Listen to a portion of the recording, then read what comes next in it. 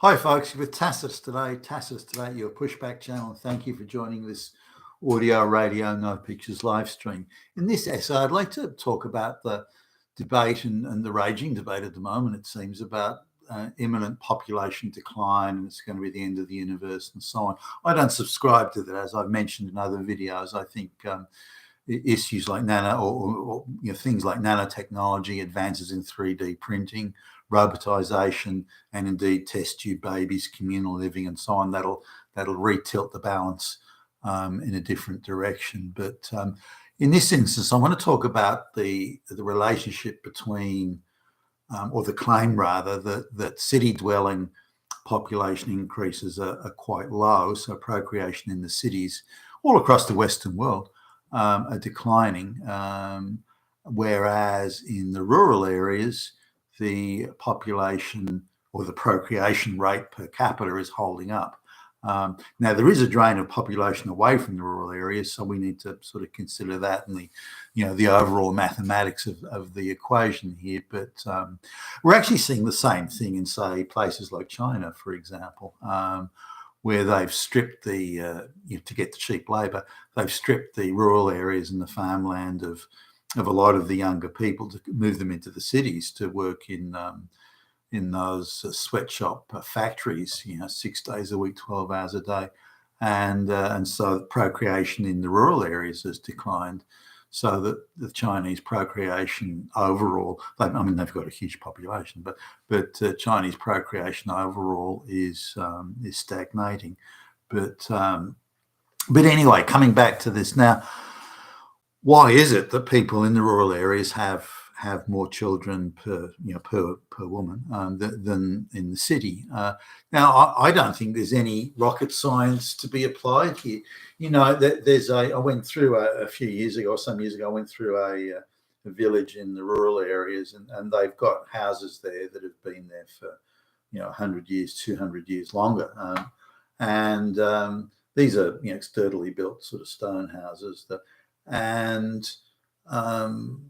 so houses are handed down through generations. Now, some of them are like subdivided, so that if there's for example, two children from the relationship, then they have they'll divide quite a large house into sort of half each, and still, but they don't. The material point here is they inherit property. They have no mortgages. They have no rent to pay or anything like that. They may have a small farm, which means the maintenance and upkeep is a tax deduction. And then maybe they don't have a large income, probably don't. But there's a huge barter that goes on in some of these rural communities. The guy's got the cows, barters his milk for vegetables, and when it's got a lot of hens, barters eggs for something else. And so there's a large barter process that goes on in these places. Now, they may have sort of part-time jobs here or there that they get paid for, but they don't need much money to get by because they've got no rent and they've got no on costs there. The expense they do incur are tax deductible, and because of the bartering, their cost of living is very low relative to a city dweller that has to pay for everything. Now, at the time when purchasing power of the paycheck was pretty potent, then it was worth being in the city, but that equation's changed certainly today. So on a relative basis, city dwellers, being they the burbs or downtown, have to put such a vast amount of their money in covering the mortgage or the rent or the food that they got to buy at the local shop. They've got no opportunity for barter.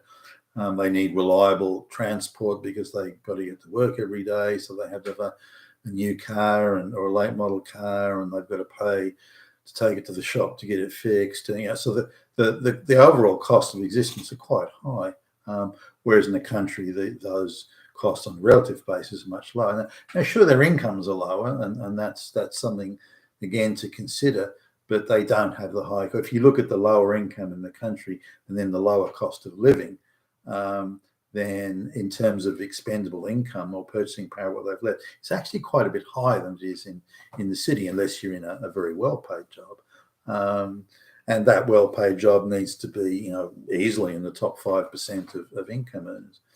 So because of that, they can afford to procreate. Now we can write them all off as hayseed chewing, tobacco spitting hicks, but that's not an accurate thing.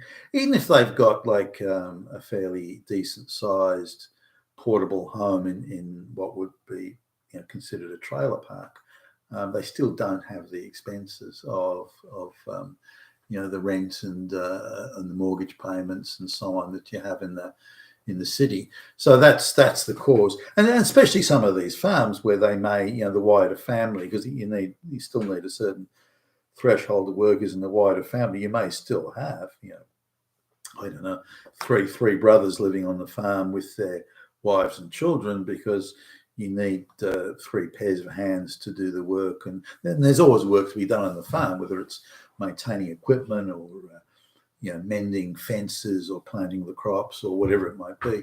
So often the wider family is needed, and that I think that's and I didn't realise until sort of I thought about it some time ago just how many people are inheriting property in the country areas compared to the city areas.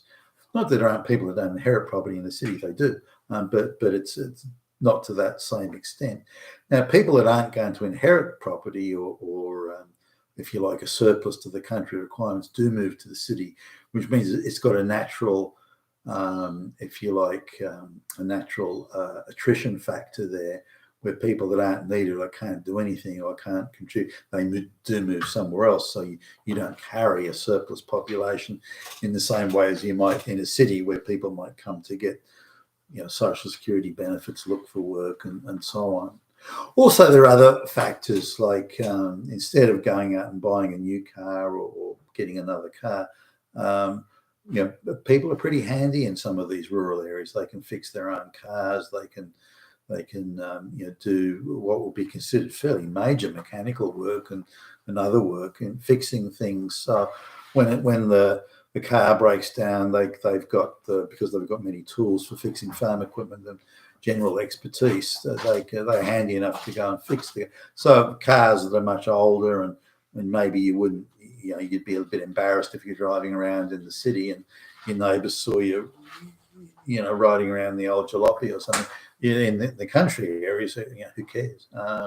So this idea of having to keep up a certain level of presentation, of having the designer label clothes, having the season's latest fashions, having the latest kit and this sort of thing, that's not an issue out there. So that in itself is a cost. I know from my own experience having to buy sharp suits and get them dry cleaned all the time, there's a certain threshold of expense you have to engage in just to look the part of participating even in the upper end of the wage economy. So these are all things that make a ding. If your washing machine breaks down, these guys out there can pretty much fix it. Or there's someone who's getting rid of a washing machine, you can take the parts off that to fix it. And all that sort of stuff is, and I think that's going to play a bigger role even in city dwelling in the years to come. I think people are going to have to make that adjustment. Consumer goods and the thing, whether it be motor vehicles or anything else, they're not falling down in price.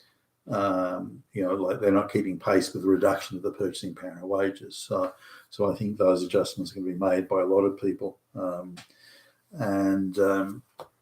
So these are it's a very different sort of living in the country, and this is why they're procreating. Now, do they have? Are they more? Say, do they attend church on Sundays and things like that? Is there more focus on theological issue, religion generally? There certainly appears to be. And are they caught up in the same hurdy-gurdy of existence? Just the sheer energy it takes to live in a city day to day, as opposed to living in the country.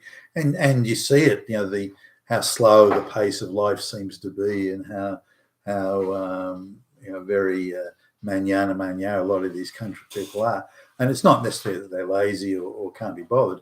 It's just a slower pace of life, and there's less angst and hand wringing and just a general day-to-day existence of general day-to-day human existence. So I see that the higher procreation rate per woman there is related to the much lower cost of living, or primarily that at least. And in the city, if you look at